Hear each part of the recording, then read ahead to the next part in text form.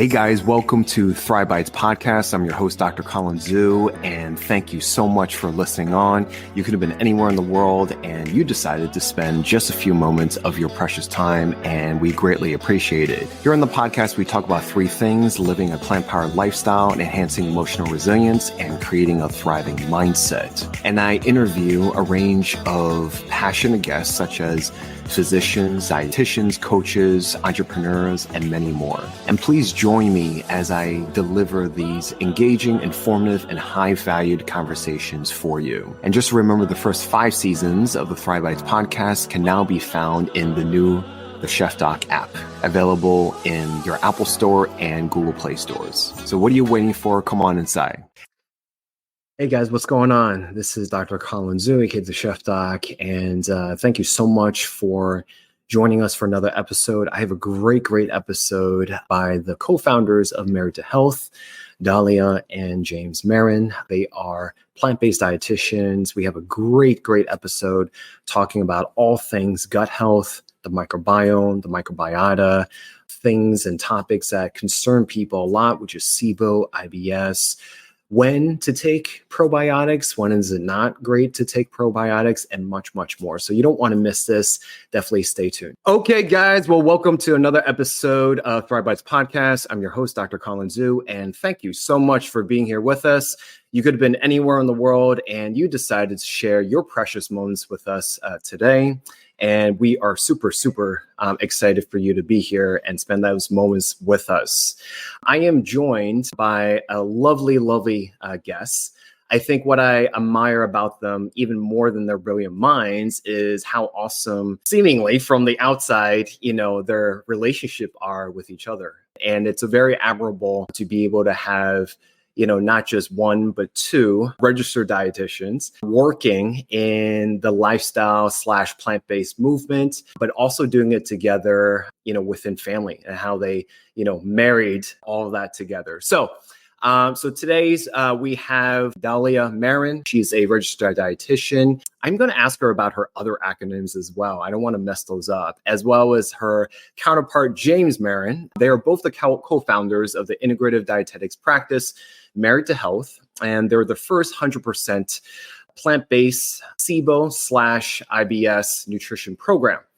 As gut health dietitians, Dahlia and James' goals are to spread knowledge about the importance of incorporating plant-based foods to support a healthy gut microbiome, and to help those who have gut issues get back to a thriving gut microbiome. So many great things within that paragraph. So without further ado, I'm going to please welcome both of them to the stage. Hey, guys. Hey, thank you so much for having us. Yeah.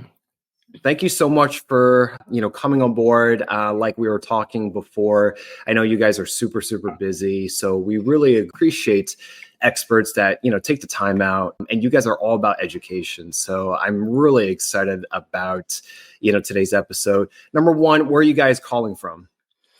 We're local in Orange County, California. We have our virtual practice. We see people all over the world, but our home base is Orange County. So we love it. We love being your neighbor. Awesome. Yes, we are neighbors. And, I've been following you guys for some time, and, it wasn't until a local veg fest is where we actually, cross paths. So it's, hopefully more ventures together. So hopefully. Yes. We look forward to it. Yes. So number one, I love to start off the question and episode with my guests of the, now we have a superhero and a superheroine, on stage, and I love the origin story. So take us, for the audience, how does the moniker Married to Health come about? What were the moment or series of moments that you guys decided, let me combine family and business, and as fun as it can be, what kind of crazy juice were you drinking that decided, hey, let's do this together, hubby and wifey? I usually let her go first, but I'll just say really quickly, and I'll let her go into it more deeply. Really, Married to Health and everything we do just came from a need and kind of a need that we saw wasn't being fulfilled. And it spans from like our own health journey to our professional health journey, to even our undergrad in education, to now like serving patients. Married to Health is just trying to bridge gaps that we're seeing, right? In healthcare and education, in patient care. And really that's what we're all about. So we're trying to take the best of plant-based, Western medicine, functional, integrative, and say, look at all these great puzzle pieces we have. Let's put them together and tailor it for each person. And that's kind of what we did for our own health journeys. That's what we do for our patients. And that is Married to Health, but I'll let you go. And, deeper. our Northern Star, our phrase that we've trademarked because we're so passionate about it is heal with each meal. And I think that's what just keeps us going. And that's what we recognized. Healing with each meal is not just eating the perfect nutrition, right? It's not just having that perfect plant-based diet. It's having healthy relationships so you can feel with each meal. It's having a healthy community that we're trying to curate and create in Married to Health. It's having great physical health. It's all of the above. And so that really sparked our desire to create this because, we were talking before we got started, not a lot of dietitians really veer off that kind of straight path. It's either, am I going to work in a hospital? Am I going to work in an outpatient clinic? Not a lot of dietitians, I think, step out and create their own practice. And, yes, James and I are the co-founders of Married to Health. And, I'm one of the lead dietitians, but we have 5 other amazing dietitians who work in our practice who also have that Northern Star. They have that same philosophy. They want to help people heal with each meal, and they understand that there's so much more into it than here, follow the USDA food plate, and here, just eat plant-based. There's so much more. And that's how we go in depth, whether that's with our personal relationships, our patients, our professional relationships. Like, we're not afraid to sit down and ask those tough questions. Tell me about your traumas. Tell me about what your struggles are. I want to hear all about it, because that's how you heal with each meal. And that's how you really become married to health, where it is just a way of life, right? You're not married sometimes and then, divorced other times. Like, you're married, you're into this. It's a commitment. So with every single meal, every single intention, you want to find a healing opportunity. And so because of all that, it made us crazy enough to be like, let's mix our family with our business and go into business together, even though we were, working respectively separately in different like 9-to-5 jobs before Married to Health. And it made us go like, this is so important. We have to do this. And just like a marriage, there's ups and downs, but no matter what, you're sticking with it. And that's the idea. That's the essence of a healthy lifestyle. Like Dahlia said, it's not like you're divorced one day and then the next, the wedding season's coming up. I got to fit in my wedding dress. So let me get back Married to Health. And, I think that's how so many people think, but that's not the case. Right. So, Yeah. I think you just described a yo-yo relationship, right? Instead of a yo-yo diet, you're describing like, are we off again? Are we on again? Right? Like, what are we today? Is this a situationship? What's going on? And that's how nutrition and health can feel, right? It's like you're going back and forth, and you're confused. And so many people are feeling confused. They're just like, what am I? Who am I? And it can feel across the board with your relationships, with your health, with your lifestyle. Like, what is going on? And there's just too much going on. It is. And I feel like it's exponentially, just going to be more, saturated with mis and disinformation. So I'm really happy that you guys are doing what you're doing. Take us really briefly. It sounds like you were following the conventional, traditional path separately before joining forces, before embarking on this. What, just so audiences that are not aware of a RD's pathway, what did you see, or didn't see in your schooling, training, once you got out, just like really briefly, like what was missing that said to yourself, okay, we got to do something different? Yeah, I distinctly remember still as, I was acquiring my degree in human nutrition, food science, and dietetics. I was working at like a fair that we had for prospective students. And one of the professors literally was telling these incoming students, hey, if you don't want to work in a hospital or in food service, don't become a dietitian and do not apply for this program. And I was like, what are you talking about? I knew from that moment, like, there's so much that you can do. But even with my belief, I really feel like I didn't have the mentorship to really understand that fully. Initially, when I was completing my internship, because just like, as physicians, you all have your residencies, we have our internships that we have to complete supervised practice hours before we can sit and take our exam. I thought, I loved my renal rotation. I was like, I'm going to become a renal kidney dietitian. And that was my favorite rotation. So everything in my mind became about becoming a renal dietitian. I said, I need to acquire an inpatient hospital job so I can get those practice hours. And I need to get my certification to become a renal dietitian. And I thought that that was going to be my path. And I literally remember the day where I realized, nope, that's not. I was taking out the garbage cans and it hit me. I don't like working with renal patients. It's actually quite sad because you're really just keeping them alive, and it's end of life care for a lot of those people. Not all of them, but it's not a healing situation. I only liked that population because there was continuity of care. I got to form relationships with the patients because they had to show up for their treatment. So I got to know these patients that I was working with. And I realized at that moment, I don't want to become a renal dietitian.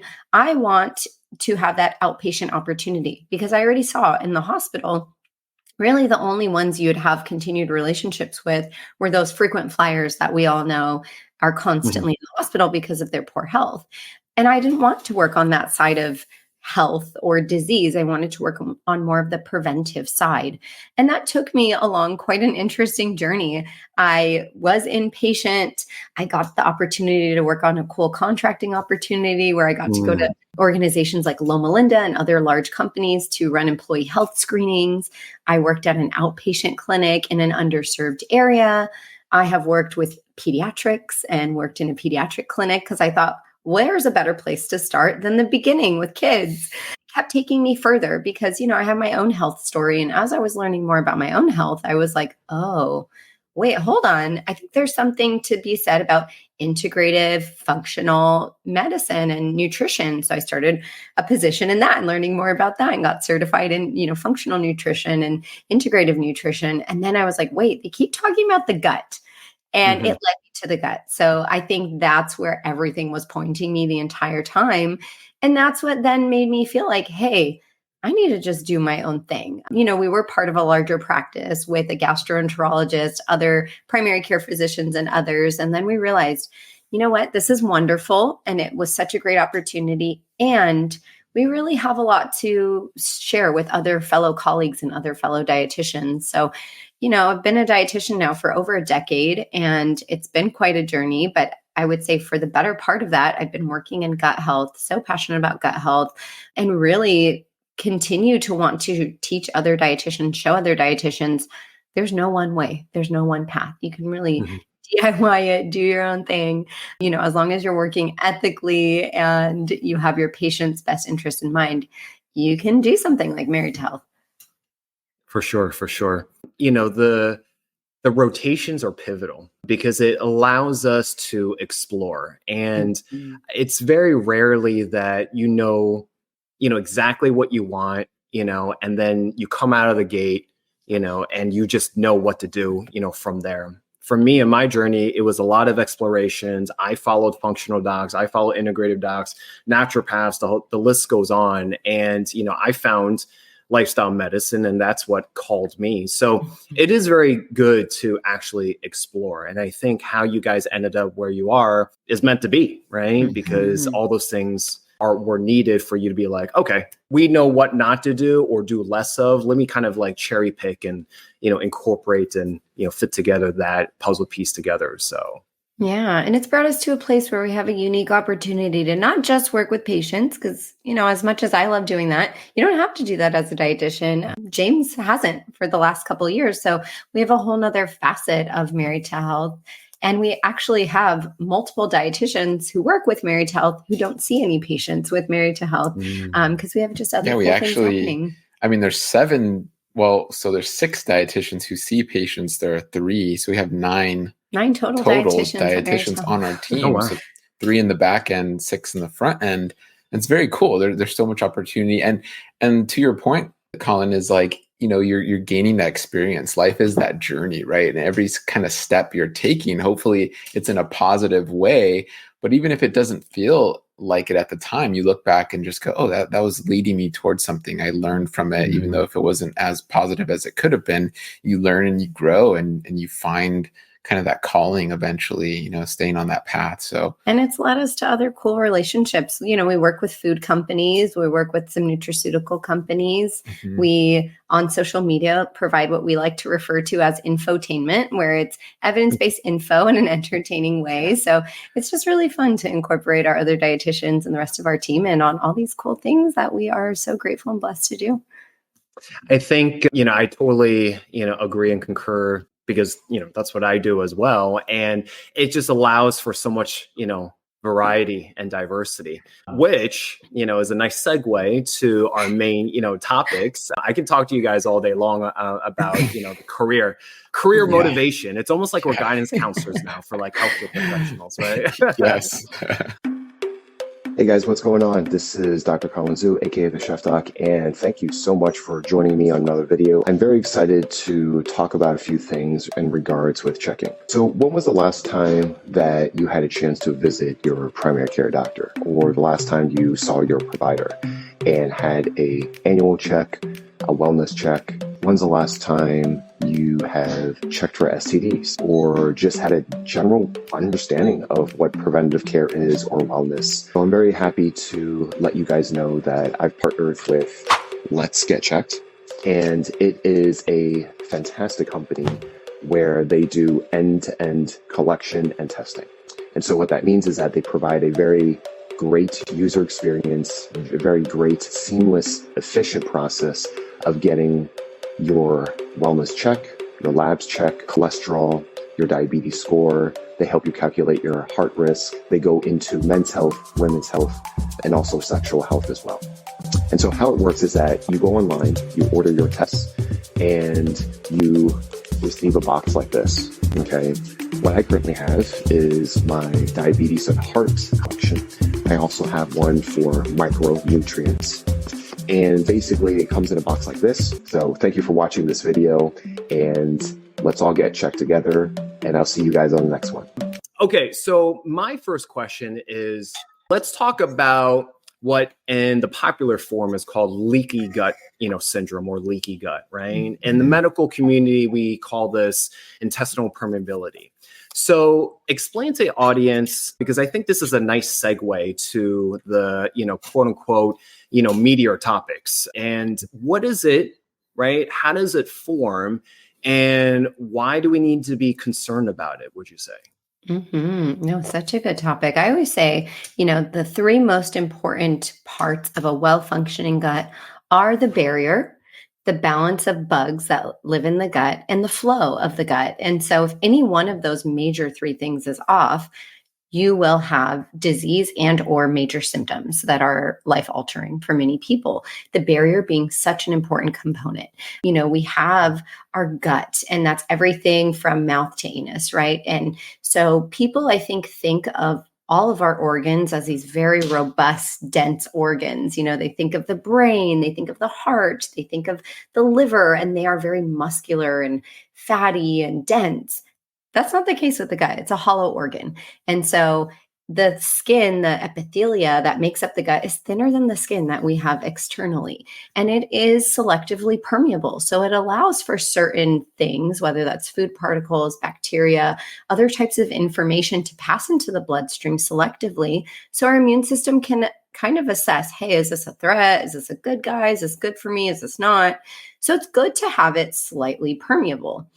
But when there is excessive inflammation that can occur in the area, perhaps that's from a food allergen, perhaps that's an environmental allergen, a food that somebody is intolerant to, from dysbiosis and having more of an abundance of inflammatory gut bugs that are just wreaking havoc from the inside, that's going to damage that very thin and delicate epithelia after it first starts to kind of create damage with the mucus barrier that's meant to protect it. So then it's not able to be as selective. And then you have things like all of your food that's kind of just leaking out into the bloodstream, or all of your digestive contents. And then that can send the immune system that lives in the bloodstream into that overdrive and into that hyperdrive. And that's where we see that crossover between that intestinal hyperpermeability, aka that leaky gut, and autoimmune conditions, right? They usually are heavily tied to one another. It's very seldom that you see somebody with an autoimmune disease who hasn't had some type of viral involvement or some type of leaky gut involvement. So that barrier is so crucial because it protects, it guides, it kind of controls everything that's happening in the gut, including digestion. I think a lot of people don't realize things like 60+% of our digestive enzymes are made in the brush border of the small intestine. If that's excessively leaky and damaged, you are making fewer digestive enzymes. So that's when people say, oh, I used to be able to eat bread. I used to be able to eat beans. I used to be able to eat X, and now I can't. And maybe you are losing that tolerance because you're not making enough enzymes. Maybe somebody now has what's known as a histamine intolerance because they also aren't making those enzymes that break down histamines in the small intestine. So when that barrier is damaged, it can just lead way to so many issues with those other two functioning components, the movement, the motility, and the balance. So important for us to be really mindful of paying attention to our bodies. Hey, is your body sending you a signal that every time you eat dairy, you have diarrhea or you're excessively bloated? Maybe listen to that instead of just being like, it's okay. I'll just take Lactaid and I'll have diarrhea and it's fine, because it can cause long-term damage. So I think listening to those signals that our body is intending on sending us. And then if you are in that case where you do have leaky gut, knowing who to turn to and what to do before it just gets worse and worse, and then rolls into something like an autoimmune condition or else, you really want to be able to stop that. James, do you have anything to add? She said it well. I'll just, there's a lot there. I mean, I'll just say with leaky it's gut, always good to have a counterpart like that, right? You're like, you know what, I agree what she just said, whatever she said. But really, yeah, I mean, and to that point, it's a story of disconnection, right? We're disconnected from our food, we're disconnected from our microbes, we're disconnected from sometimes community and a healthy relationships which helps us calm and decrease stress. So it's really a story of disconnection, this disconnection leading to a literal disconnection of our epithelial cells in our gut to where they then get leaky. So as you see it in the macro, in the big world, you see it in the micro world of our gut. So that disconnect from your health, or like, yeah, doc, just give me that antibiotic and give me the quick fix, whether it's a Lactaid pill or whatever, and you're just taking these things without understanding the ramifications, you are literally then going to get a disconnection and a leakiness in your gut, which then opens up everything Dahlia just mentioned. So really, it is the story of a massive disconnection. Yeah. And thank you for sharing that on Dahlia. It definitely brings me back to my, netter days and Guyton physiology days of school. So, but it's totally what you said about disconnection. And I mean, let's face it, the gut is not sexy to talk about, right? Like, and we also disconnect the organs, right? Like we love to talk about the heart independently or the pair of kidneys, independently. And, for those that are not having as much background, they're associating them with certain things, right? The heart as the engine, the brain as the cognition, liver, we're like, what do we do? Okay, not drink alcohol. Okay, we're good. And that's it, right? So it's we do need to do a better job, and this is where information, awareness, education is super important, like you just said, to kind of reinforce and bring those concepts home. So I appreciate that. So next question is that from that point, okay, you have a leaky gut, and there is a lot of different kinds of conditions that can result. There's no way that we can, talk about all of them, but your program specializes in SIBO and, IBS.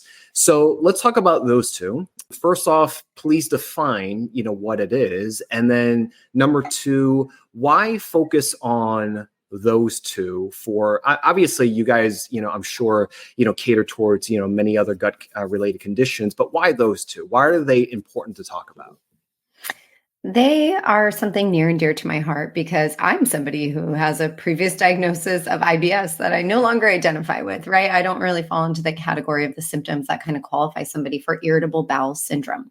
And honestly, it's a disease of exclusion. You are diagnosed with IBS when your care team can't really find anything else wrong. They say, okay, can I interject? Sorry. Yeah. And that is very controversial, we find. So we get a lot of flack for that on Instagram or Reddit or wherever people find What it. is controversial that it's an exclusion of That you can say, I no longer have IBS symptoms. That's controversial, right? Because a lot of people go, what are you talking about? You can't heal IBS. You can't. What do you mean you cure it? Call it whatever you want. But Dahlia and she'll explain what IBS, how you define that. But she had IBS. Her doctor's like, you have IBS. She had all the symptoms, and now she no longer has that, right? So that's controversial in and of itself. So we get that from patients like, are you serious? What are you talking about? My gastro says you can't do that. My doctor says this.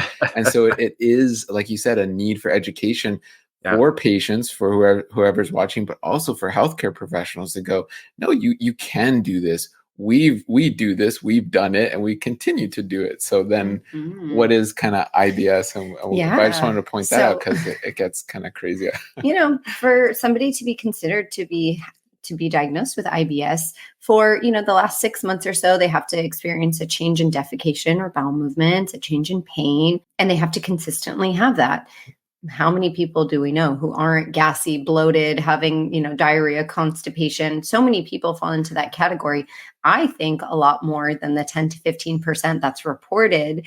I think, like you said, it's still a little bit taboo. Not everybody wants to talk about guts and butts and talk about how gassy they are and bloated they are and uncomfortable they are. So, we do have a large percentage of our nation, a large percentage of the world who are diagnosed with irritable bowel syndrome. And in the last decade, so much amazing data has come out on the microbiome, right? Now we have the microbiome mapped. We now are understanding more about the virome. We now are understanding more about the fungallome and all of these other ecosystems. Parasites are all the rage right now, right? These ecosystems that live within the gut. Because at one time you had over 40% of gastroenterologists saying things like, the food you eat doesn't matter to your gut symptoms. It doesn't affect it, doesn't change it. How does that make sense when that's literally what's interacting with the microbes, the bugs that are living in the gut? Irritable bowel syndrome, it is very prevalent. And in these last 10 years, we've had more and more amazing data come out to say, hey, maybe your gut isn't just irritable for no reason. They scoped you.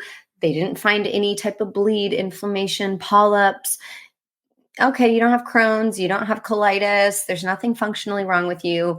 But now we're starting to understand from other modalities like breath testing. Now that we're starting to understand more about stool testing, we're seeing maybe it is something like small intestinal microbial overgrowth. We have things like SIBO, small intestinal bacterial overgrowth, or fungal overgrowth, methanogenic overgrowth, or other types of microbes that just don't belong in the small intestine. Because out of the 100 trillion microbes that are in the microbiome, the entire gut, a majority of them, 90+%, are in the colon. So we don't have a lot of these microbes that live in the small intestine. And now we're finding through breath testing, even through small bowel aspirate during an endoscopy where they take a sample of fluid and culture it, we're finding, actually a fungal overgrowth from those dozens and dozens of antibiotics that you took because you're in those antibiotic generations. If you were born in the, late 70s, 80s, 90s, you were given antibiotics like you were given food. Maybe you do have bacterial overgrowth because you have issues with your motility.